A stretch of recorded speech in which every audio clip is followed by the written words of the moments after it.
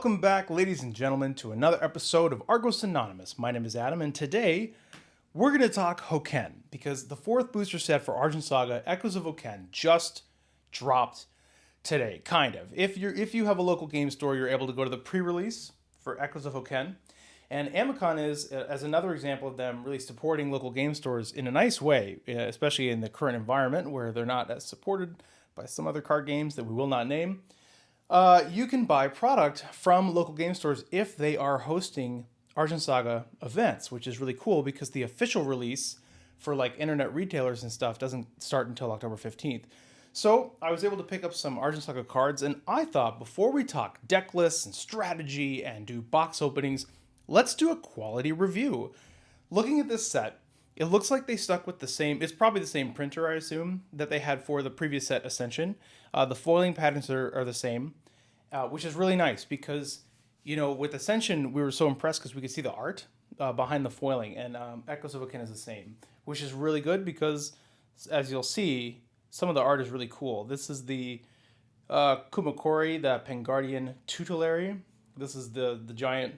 If anyone's excited to play penguins, this guy's your big old penguin deck guy. And then we have this Fragment of Genesis. Really outstanding art on this card. A lot of the art is so good.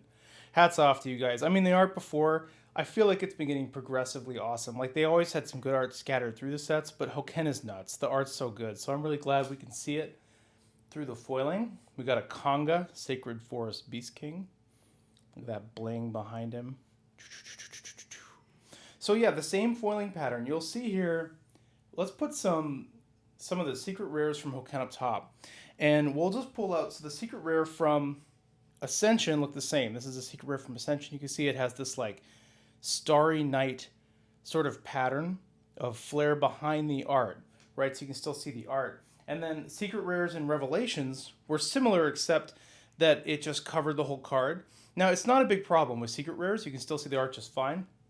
One big improvement, of course, over Revelations is they switched printers. So you don't have any more of these like printing errors that you used to see in Revelations. I don't know if you can see that here, but there you go. See the little white spots? Yeah, I'm not seeing any of that in Hokken.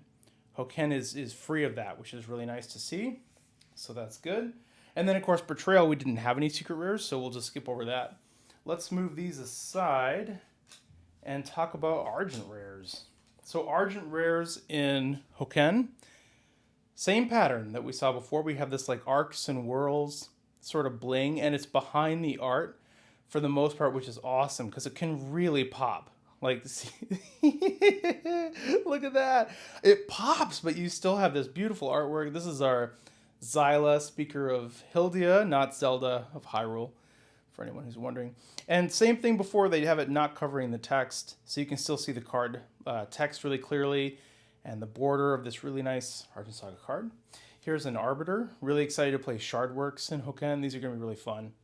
Some of the sort of like sci-fi robotics themes we see in the game continue in Hokken, which is cool. And then a nice little cute little Ravaging Rhino, so he's going to be fun too. Then if we look back to Ascension, same thing. Ascension, they had the same sort of arcs and whirls pattern, and it was behind the art for the most part. This one you can see some of it's in front of the art, but again, in the Argent rares, having the foiling behind the art is nice, I think, because you can really see the art. And then in Betrayal, it was the same thing. Different printer, but same kind of arcs and whirls. But it didn't look as nice. I really like this, what they have going on here with the new printer as of Ascension and Hokken. That was really nice. Going all the way back, did I say Betrayal? This is Revelations. And then going into Betrayal. In Betrayal, we had like this Mayu. Same thing, but can you see how it's different? It's like very similar, but kind of different. And it just covered the whole art, which is, you know, could be worse. Some people really like it. And then you got all the way back in Betrayal 1.0 where it covered the whole card. So you can see we've come a long way from this to this. You know, there's a really big changes that have been taking place between the original release Betrayal 1.0 with the foiling error that came out and Hokken, which is cool. It's really cool to see. So let's move on. One other, actually, let's do this. One other interesting thing is, so the cardstock has changed very slightly over time, and it's something that happens with like Magic too. You'll notice if you're a Magic player, the cardstock changes from time to time, and knowing those subtle changes is a fun way to to like know if your card is authentic. Obviously, like fakes aren't really a problem in Argent Saga yet, which is really nice. But yeah, so what I noticed is that between Hokken and Ascension, the card backs just got slightly darker. I don't know if you can see that on this. Let me see if I can pull over here by the light. Can you see that? So the card on the right, this one is Ascension, and this one is Hokken. And it's very slightly darker. It's nice. It's actually a nice card back. And it's one of these things you don't know if it's even intentional because there's going to be like subtle differences between printings. But anyway, something to take note of. So that's kind of fun. Let's look at some soups. Let's go to the super rares. Again, they have these arbiters in Hokken with some really cool artwork. So let's pull these guys out. Same thing, the super rares have this, pretty intense foiling, but just gorgeous art that is not covered up by the foiling. Look at that. Oh man. This Astralic Judgment. This is a gorgeous card. She looks like one of those, like she's like a Brazil party lady, which is pretty cool. We'll put her down there. And then this, maybe here so you can actually see her. The Blazing Arbiter. This is going to be your set artwork. This is the guy that's on the pack, and he's on the box. So he's pretty cool. And then just a Primeval Shockwave and a Beast King's Awakening. Really cool art in this. And again, though, this foiling is pretty intense. So if it wasn't behind the art, you would not be able to see the art. So it's nice that they kept it behind the art for this, just like they did for Ascension. So I can't really get that out of the glare. I'll put them over here. All right, fine, whatever. Let's look back. Let's take a little ride down memory lane to an Ascension super rare or two. So Ascension, they did the same thing where they dropped it behind the artwork that people were so happy about, because in Revelations and in Betrayal, they had a very similar foiling pattern. But see how it covers up the art? And this is, Phantasmal Storm is really good artwork. Like you can get these in a full art non-foil promo from your LGS event sets. If you go to like your locals or your LGS, you can get these in full art non-foil. And you can see the art is awesome. And it's cool. Like, no doubt it's cool, but it does obscure the art. And so now you get the nice benefit of enjoying the artwork, but still having like, a cool foiling pattern. And then let's see, it was even more intense.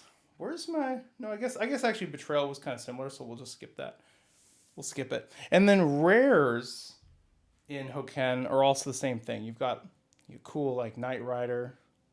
How do we get you to see it? I call this scratch foiling. I don't know what it is, but we'll just call it scratch foiling. Some of it is covering the artwork, but you can actually still see the artwork pretty well.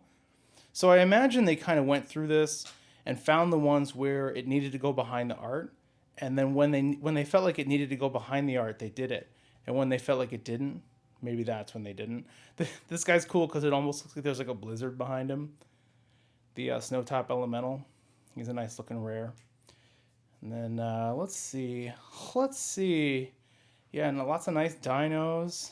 Herd Mother's Formation. Destroyosaurus. I know you guys are excited about this guy. He's a beast. We'll talk about card mechanics and stuff later, but suffice to say the dinos look really good and the foiling is good. It doesn't cover the artwork. Let's see. The card backs are just slightly darker than before. I'm not noticing any significant printing errors. There is one thing that we'll talk about that's happening a little bit with the new printer, but it's very subtle, and you'll only really notice it if you scrutinize your cards. But none of the blotching, none of the major issues that we saw before, which is cool. So we'll just look through some of these again. Hokken Tinkerers, these guys are great.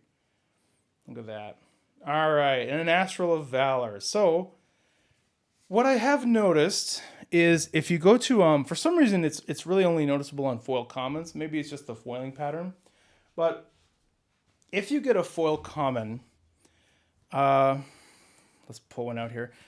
Some of them are just fine. Some of them, there's nothing wrong with it. But some of them have like I don't know what is it. I guess he's fine actually. Some of them have if it's a roller line or what would it be? If you know what this is called, just so we can all like nerd out to it, you should put it in the comments just so we can kind of figure it out. If he finds you, darn it. All right, he's fine too. So what I'm talking about is in the top middle of the foil, like right at the top, right in the middle. There it is. There are these vertical scratch lines that go right in the middle top of the foil. Gosh, can you see it? I'm going to try to let you guys see it. It's very subtle. You only see it if you're like just bend, bling, blinging your card all day. But you will see it if you can pick that up. This is a beautiful card. Look at this. Ice Breath, Fist Form, Cryo Strike. Just our first form, just a beautiful card. But on this, yeah, this is a foil common, and there's some very subtle vertical, like it's almost just like just subtle scratching or something on the top.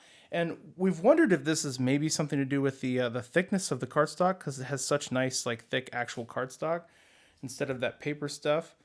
I don't know. Maybe it rolls off the presses a little bit differently, but that's it. That's all I got, boys and gals. Other than that, this is a beautiful set, beautiful artwork. I don't see any major printing errors.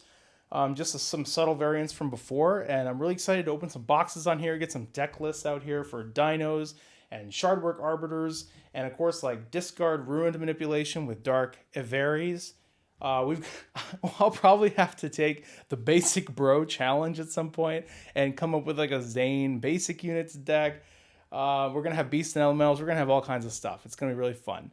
So stay tuned for that. Hope y'all are enjoying your weekend. Get some sneak peeks in. Go to your LGS. Have some fun if you can. If you don't have an LGS running Argent Saga, just every now and then maybe stop by and just let them know that if they carried this awesome card game, you would buy cards from them. And if they host events, they get all kinds of perks from the game makers that help support them. So like being able to sell product early and getting like really cool event packs that make people want to go to the events.